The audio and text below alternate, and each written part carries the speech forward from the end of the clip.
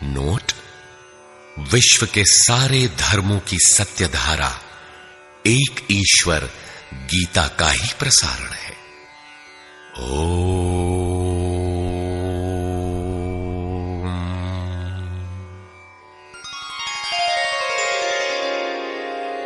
प्राक कथन।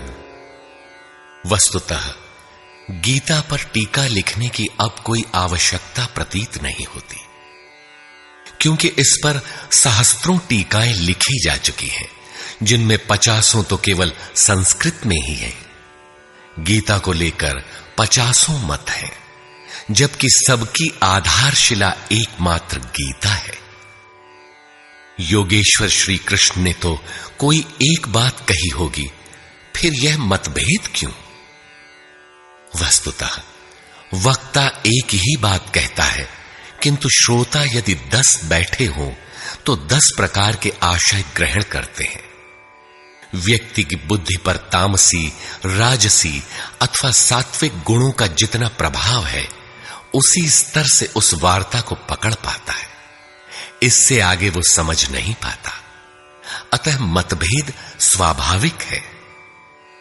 विभिन्न मतवादों से और कभी कभी एक ही सिद्धांत को अलग अलग काल और भाषाओं में व्यक्त करने से साधारण मनुष्य संशय में पड़ जाता है। बहुत सी टीकाओं के बीच वह सत्य धारा भी प्रवाहित है, किंतु शुद्ध अर्थ वाली एक टीका हजारों टीकाओं के बीच रख दी जाए तो उनमें यह पहचानना कठिन हो जाता है कि यथार्थ कौन है। वर्तमान काल में गीता की बहुत सी टीकाएं हो गई हैं। सभी अपनी अपनी सत्यता का उद्घोष करती हैं, किंतु गीता के शुद्ध अर्थ से वे बहुत दूर हैं। निस्संदेह कुछ महापुरुषों ने सत्य का स्पर्श भी किया, किंतु कतिपय कारणों से वे उसे समाज के समक्ष प्रस्तुत न कर सके। श्री कृष्ण के आशय को हृदयंगम न कर पाने का मूल कारण है कि वे एक योगी थे। श्री कृष्ण जिस स्तर की बात करते हैं, क्रमशः चलकर उसी स्तर पर खड़ा होने वाला कोई महापुरुष ही अक्षरशः बता सकेगा कि श्री कृष्ण ने जिस समय गीता का उपदेश दिया था, उस समय उनके मनोगत भाव क्या थे। मनोगत समस्त भाव कहने में नहीं आते। कुछ तो कहने में आ पाते हैं, कुछ भाव भंगिमा से व्यक्त होते हैं, और शेष पर्याप्त क्रियात्मक हैं, जिन्हें कोई पथिक चलकर ही जान सकता है। जिस स्तर पर श्री कृष्ण थे, क्रमशः चलकर उसी अवस्था को प्राप्त महापुरुष ही जानता है कि गीता क्या कहती है। वह गीता की पंक्तियां ही नहीं दोहराता, बल्कि उनके भावों को भी दर्शा देता है, क्योंकि जो दृश्य श्री कृष्ण के सामने था, वही उस वर्तमान महापुरुष के समक्ष भी है। इसलिए वो देखता है, दिखा देगा, आप में जागृत भी कर देगा, उस पथ पर चला भी देगा। पूज्य श्री परमहंस जी महाराज भी उसी स्तर के महापुरुष थे। उनकी वाणी तथा अंतः प्रेरणा से मुझे गीता का जो अर्थ मिला, उसी का संकलन यथार्थ गीता है। इसमें मेरा अपना कुछ भी नहीं है। यह क्रियात्मक है। साधन अपनाने वाले प्रत्येक पुरुष को इसी परिधि से गुजरना होगा। जब तक वो इससे अलग है, तब तक स्पष्ट है कि वो साधन नहीं करता, किसी न किसी प्रकार की लकीर अवश्य पीटता है। अतः किसी महापुरुष की शरण ले। श्री कृष्ण ने किसी अन्य सत्य को नहीं बताया, बल्कि कहा, ऋषिभिर बहुधा गीतम। ऋषियों ने अनेकों बार जिसका गायन किया है, वही कहने जा रहा हूं।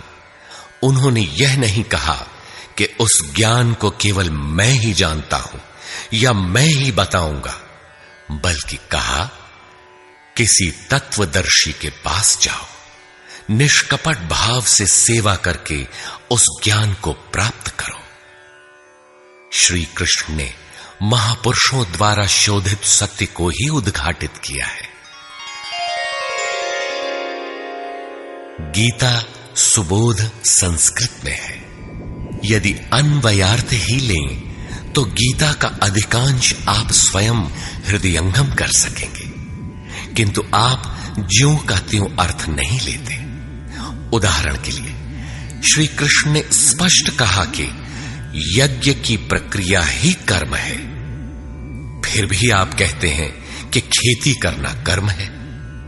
यज्ञ को स्पष्ट करते हुए उन्होंने बताया कि यज्ञ में बहुत से योगी जन प्राण में अपान को हवन करते हैं, बहुत से अपान में प्राण को हवन करते हैं, बहुत से योगी प्राण अपान दोनों को रोककर प्राणायाम परायण हो जाते हैं, बहुत से योगी इंद्रियों की संपूर्ण प्रवृत्तियों को संयमाग्नि में हवन करते हैं। इस प्रकार श्वास प्रश्वास का चिंतन यज्ञ है, मन सहित इंद्रियों का संयम यज्ञ है। शास्त्रकार ने स्वयं यज्ञ बताया, फिर भी आप कहते हैं कि विष्णु के निमित्त स्वाहा बोलना, अग्नि में जौ तिल घी का हवन करना यज्ञ है। उन योगेश्वर ने ऐसा एक शब्द भी नहीं कहा। क्या कारण है कि आप समझ नहीं पाते? बाल की खाल निकालकर रटने पर भी क्यों वाक्य विन्यास ही आपके हाथ लगता है? आप अपने को यथार्थ जानकारी से शून्य ही क्यों पाते हैं? वस्तुतः मनुष्य जन्म लेकर क्रमशः बड़ा होता है तो पैतृक संपत्ति, घर, दुकान, जमीन जायदाद, पद प्रतिष्ठा, गाय भैंस, यंत्र उपकरण इत्यादि उसे विरासत में मिलती है। ठीक इसी प्रकार उसे कुछ रूढ़ियां, परंपराएं, पूजा पद्धतियां भी विरासत में मिल जाती हैं। 33 करोड़ देवी देवता तो भारत में बहुत पहले गिने गए थे। विश्व में उनके अनगिनत रूप हैं। शिशु ज्यों ज्यों बड़ा होता है, अपने माता पिता, भाई बहन, पास पड़ोस में इनकी पूजा देखता है। परिवार में प्रचलित पूजा पद्धतियों की अमिट छाप उसके मस्तिष्क पर पड़ जाती है। देवी की पूजा मिली तो जीवन भर देवी देवी रटता है। परिवार में भूत पूजा मिली तो भूत भूत रटता है। कोई शिव तो कोई कृष्ण तो कोई कुछ पकड़े ही रहता है, उन्हें वो छोड़ नहीं सकता। ऐसे भ्रांत पुरुष को गीता जैसा कल्याणकारी शास्त्र मिल भी जाए तो वो उसे नहीं समझ सकता। पैतृक संपदा को कदाचित वो छोड़ भी सकता है, किंतु इन रूढ़ियों और मजहबी पचड़ों को नहीं मिटा सकता। पैतृक संपत्ति को हटाकर आप हजारों मील दूर जा सकते हैं, किंतु दिल दिमाग में अंकित ये रूढ़िगत विचार वहां भी आपका पिंड नहीं छोड़ते। आप सिर काटकर अलग तो नहीं रख सकते, अतः आप यथार्थ शास्त्र को भी उन्हीं रूढ़ियों, रीति रिवाजों, मान्यताओं और पूजा पद्धतियों के अनुरूप ढाल कर देखना चाहते हैं। यदि उनके अनुरूप बात ढलती है, वार्ता का क्रम बैठता है, तो आप उसे सही मानते हैं, और नहीं ढलती तो गलत मानते हैं। इसीलिए आप गीता का रहस्य नहीं देख पाते। गीता का रहस्य रहस्य ही बनकर रह जाता है। इसके वास्तविक पारखी संत अथवा सद्गुरु हैं। वही बता सकते हैं कि गीता क्या कहती है। सब नहीं जान सकते।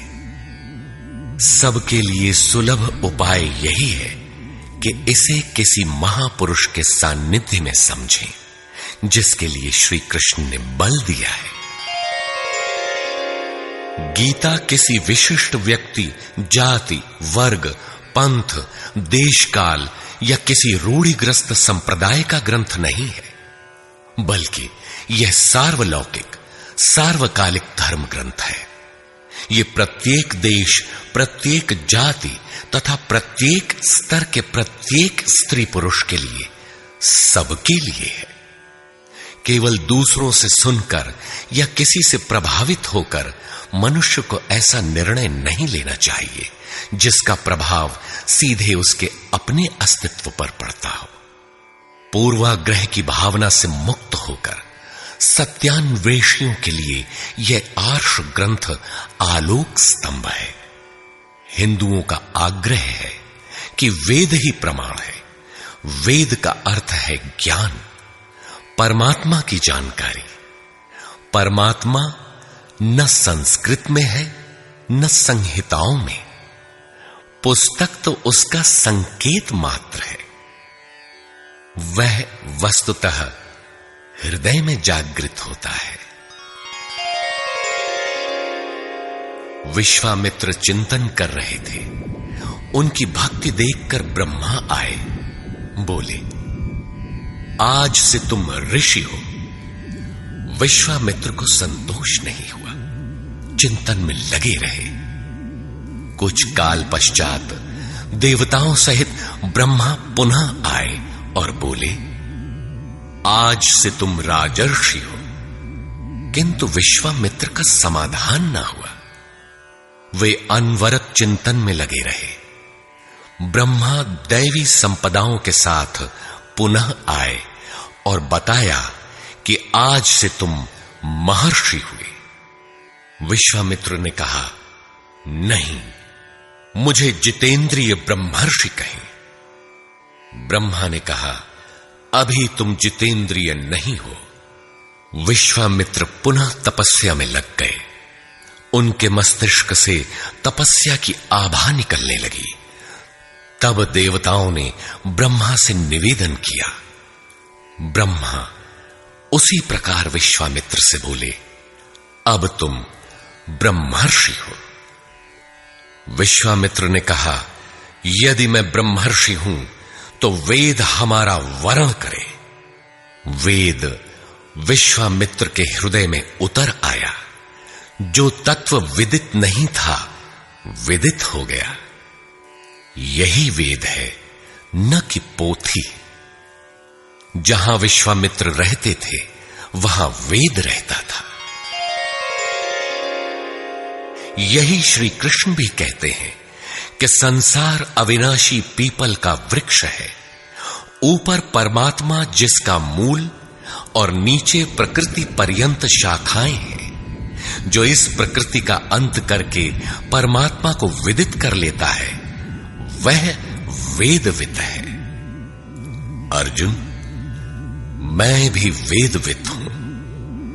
अतः प्रकृति के प्रसार और अंत के साथ परमात्मा की अनुभूति का नाम वेद है। यह अनुभूति ईश्वर प्रदत्त है। इसलिए वेद को अपौरुषेय कहा जाता है। महापुरुष अपौरुषेय होते हैं। उनके माध्यम से परमात्मा ही बोलता है। वे परमात्मा के संदेश प्रसारक अर्थात ट्रांसमीटर हो जाते हैं। केवल शब्द ज्ञान के आधार पर उनकी वाणी में निहित यथार्थ को परखा नहीं जा सकता। उन्हें वही जान पाता है जिसने क्रियात्मक पथ से चलकर इस अपौरुषेय स्थिति को पाया हो, जिसका पुरुष अर्थात अहं परमात्मा में विलीन हो चुका हो। वस्तुतः वेद अपौरुषेय है, किंतु बोलने वाले 100-150 महापुरुष ही थे। उन्हीं की वाणी का संकलन वेद कहलाता है। किंतु जब शास्त्र लिखने में आ जाता है तो सामाजिक व्यवस्था के नियम भी उसके साथ लिख दिए जाते हैं। महापुरुष के नाम पर जनता उनका भी पालन करने लगती है, यद्यपि धर्म से उनका दूर का भी संबंध नहीं रहता। आधुनिक युग में मंत्रियों के आगे पीछे घूमकर साधारण नेता भी अधिकारियों से अपना काम करा लेते हैं, जबकि मंत्री ऐसे नेताओं को जानते भी नहीं। इसी प्रकार सामाजिक व्यवस्थाकार महापुरुष की ओट में जीने खाने की व्यवस्था भी ग्रंथों में लिपिबद्ध कर देते हैं। उनका सामाजिक उपयोग तत्सामयिक ही होता है। वेदों के संबंध में भी यही है। वेद के दो भाग हैं, कर्मकांड और ज्ञान कांड। कर्मकांड समाज शास्त्र है, जैसे वास्तुशास्त्र, आयुर्वेद, धनुर्वेद, गंधर्व वेद इत्यादि। ज्ञान कांड उपनिषद है। उनका भी मूल योगेश्वर श्री कृष्ण की प्रथम वाणी गीता है। सारांशत गीता अपौरुषेय परमात्मा से समुद्भूत उपनिषद सुधा का सार सर्वस्व है। इसी प्रकार प्रत्येक महापुरुष जो परम तत्व को प्राप्त कर लेता है, स्वयं में धर्म ग्रंथ है। उसकी वाणी का संकलन विश्व में कहीं भी हो, शास्त्र कहलाता है। किंतु कतिपय धर्मावलंबियों का यह कथन है कि जितना कुरान में लिखा है उतना ही सच है। अब कुरान नहीं उतरेगा। ईसा मसीह पर विश्वास किए बिना स्वर्ग नहीं मिल सकता। वह ईश्वर का इकलौता बेटा था। अब ऐसा महापुरुष नहीं हो सकता। उनकी रूढ़िवादिता है। यदि उसी तत्व को साक्षात कर लिया जाए तो वही बात फिर होगी। गीता सार्वभौम है। धर्म के नाम पर प्रचलित विश्व के समस्त धर्म ग्रंथों में गीता का स्थान अद्वितीय है। यह स्वयं में धर्मशास्त्र ही नहीं, बल्कि अन्य धर्म ग्रंथों में निहित सत्य का मानदंड भी है। गीता वह कसौटी है जिस पर प्रत्येक धर्म ग्रंथ में अनुस्यूत सत्य अनावृत हो उठता है। परस्पर विरोधी कथनों का समाधान निकल आता है। प्रत्येक धर्म ग्रंथ में संसार में जीने खाने की कला और कर्म कांडों का बाहुल्य है। जीवन को आकर्षक बनाने के लिए उन्हें करने तथा न करने के रोचक भयानक वर्णनों से धर्म ग्रंथ भरे पड़े हैं। कर्म कांडों की इसी परंपरा को जनता धर्म समझने लगती है। जीवन निर्वाह की कला के लिए निर्मित पूजा पद्धतियों में देश काल और परिस्थितियों के अनुसार परिवर्तन स्वाभाविक है। धर्म के नाम पर समाज में कलह का यही एकमात्र कारण है। गीता इन क्षणिक व्यवस्थाओं से ऊपर उठकर आत्मिक पूर्णता में प्रतिष्ठित करने का क्रियात्मक अनुशीलन है, जिसका एक भी श्लोक भौतिक जीवन यापन के लिए नहीं है।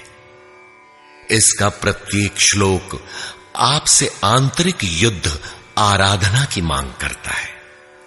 तथाकथित धर्म ग्रंथों की भांति यह आपको स्वर्ग या नरक के द्वंद्व में फंसाकर नहीं छोड़ता, बल्कि उस अमरत्व की उपलब्धि कराता है जिसके पीछे जन्म मृत्यु का बंधन नहीं रह जाता।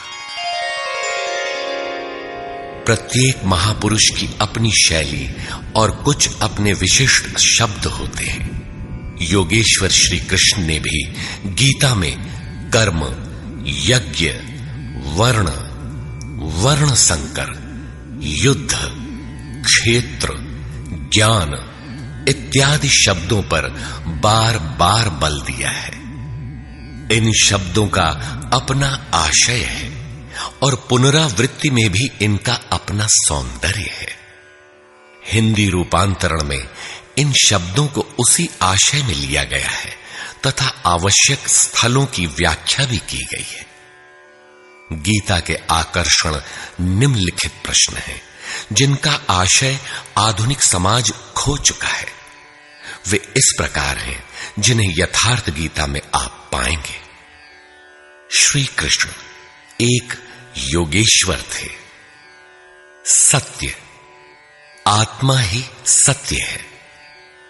सनातन, आत्मा सनातन है, परमात्मा सनातन है।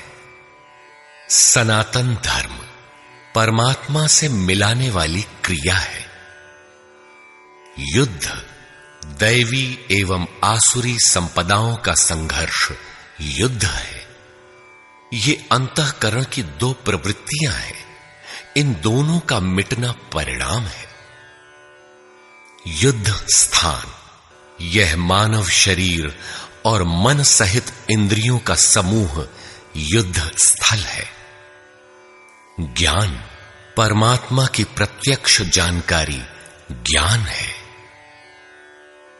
योग संसार के संयोग वियोग से रहित अव्यक्त ब्रह्म के मिलन का नाम योग है। ज्ञान योग आराधना ही कर्म है। अपने पर निर्भर होकर कर्म में प्रवृत्त होना ज्ञान योग है। निष्काम कर्म योग इष्ट पर निर्भर होकर समर्पण के साथ कर्म में प्रवृत्त होना निष्काम कर्म योग है। श्री कृष्ण ने किस सत्य को बताया?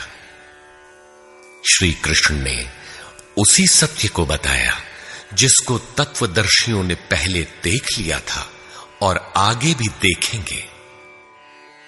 यज्ञ साधना की विधि विशेष का नाम यज्ञ है। कर्म यज्ञ को कार्य रूप देना ही कर्म है।